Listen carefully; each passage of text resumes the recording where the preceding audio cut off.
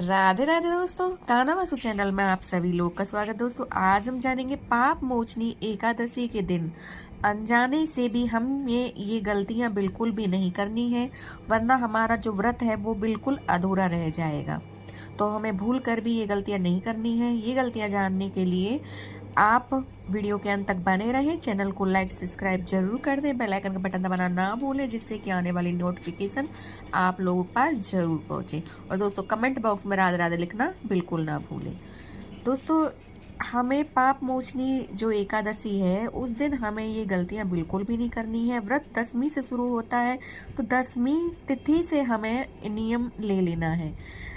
चैत्र महीने के कृष्ण पक्ष की एकादशी को पाप मोचनी एकादशी कहा जाता है, जैसे कि इसके नाम से ही साफ है कि पाप को नष्ट करने वाली तिथि, यानी जो पाप मोचनी एकादशी जो नाम है वो हमारे पापों को नष्ट करने वाली है। ये एकादशी अनजाने में किए गए पापों का भी प्रायश्चित के लिए भी बहुत फलदायी मानी जाती है। साल 2026 में पाप मोचनी एकादशी के व्रत को लेकर भक्तों में काफी उत्साह है, लेकिन शास्त्रों में इस दिन के लिए कुछ नियम बताए गए हैं।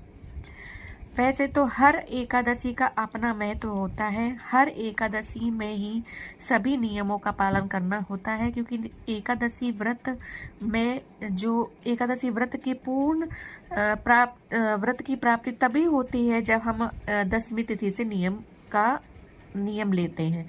अगर इन नियमों का पालन नहीं किया जाए तो व्रत हमारा पूरा फल नहीं मिलता है। 15 मार्च को पाप मोचनी एकादशी का व्रत है, हमें भूल कर भी ये गलतियां नहीं करनी है। जैसे कि आप नोट कीजिएगा, जैसे कि चावल का सेवन। दोस्तों मैंने अपनी सारी वीडियो में ये भी बताया है कि एकादशी के दिन चावल खाने की पूरी तरह से मनाही होती है। धार्मिक मान्यताओं के अनुसार चावल में महर्षि मेधा के अंश का वास होता है, इसलिए इस दिन चावल खाना जीव हत्या के समान माना जाता है। चाहे आप व्रत रखें या नहीं रखें, एकादशी के दिन घर में चावल नहीं बनना चाहिए। चावल दसवीं तिथि से ही छोड़ देना चाहिए। एकादशी की तिथि के दिन बिल्कुल नहीं छुएं ना खाएं। हमें जो चावल का प्रयोग है वो द्वादशी तिथि को प्रयोग करना है। खीर बनाओ या चावल बनाओ, उससे भगवान ठाकुर जी का भोग लगाओ, उसके बाद खुद से ग्रहण करो। दूसरा है तुलसी दल तोड़ना। भगवान विष्णु को तुलसी दल बहुत प्रिय है, उनके भोग में तुलसी का होना बहुत जरूरी होता है, लेकिन एकादशी के दिन तुलसी माता व्रत रखती हैं, इसलिए इस दिन उन्हें नहीं तोड़ना चाहिए। अगर आपको पूजा के लिए तुलसी चाहिए तो एक दिन पहले ही तुलसी दल तोड़कर रख लें। और तो आपको मैं ये भी बताऊं कि तुलसी दल ही नहीं, एकादशी के दिन कोई भी हमें फूल पत्ती नहीं तोड़ना है। हमें पूजा के लिए भगवान के फूल चढ़ाने के लिए हमें सब कुछ ये एक दिन पहले ही तोड़ लेना है, अगर हमें एकादशी का पूरा फल प्राप्त करना है। तीसरा आता है तामसिक भोजन। पाप मोचनी एकादशी पर मन का पवित्र होना बहुत जरूरी होता है। इस दिन मांस, मदिरा, प्याज, लहसुन और मसूर की दाल जैसे तामसिक वस्तुओं का त्याग करना चाहिए। साथ ही दूसरों की बुराई, गुस्सा, झूठ बोलना, इन सब से भी बचना चाहिए। ये व्रत के दौरान व्रत को खंडित करती है, व्रत का पूरा फल नहीं मिलता है। हमें व्रत रखें या ना रखें तो भी हमें इन नियमों का पालन करना चाहिए। इससे भी हमारे जीवन में कुछ तो पुण्य की प्राप्ति होगी।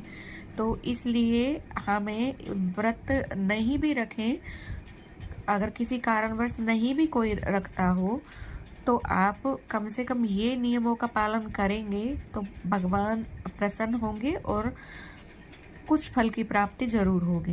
ब्रह्मचर्य का पालन जो इसमें बहुत नियम से बताया गया है। एकादशी की रात को सोना नहीं चाहिए। इस शुभ दिन पर श्री हरि विष्णु के नामों का कीर्तन करना चाहिए। पूरी रात जगरात्रि करना चाहिए, जागरण करना चाहिए। साथ ही इस दिन पूरी तरह से ब्रह्मचर्य का पालन भी करना चाहिए।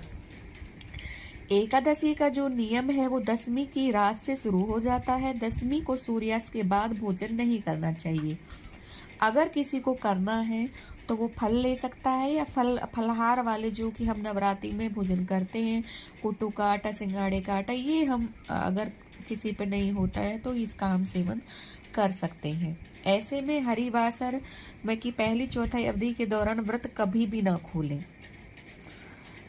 व्रत में जो पारण का समय बताया गया है, अगर उस समय पे हम ये व्रत खोलते हैं तो हमें फल पूरा मिलता है। राहु काल में हम ना ये पूजा करनी है, ना हमें व्रत खोलना है। तो इन चीज़ों का हमें ध्यान रखना है, ये गलतियाँ हमें बिल्कुल नहीं करनी है, नहीं तो हमारा व्रत रह जाएगा अधूरा। तो दोस्तों, वीडियो अच्छी लगे ज़्यादा से ज़्यादा शेयर करना ना भूलें। राधे।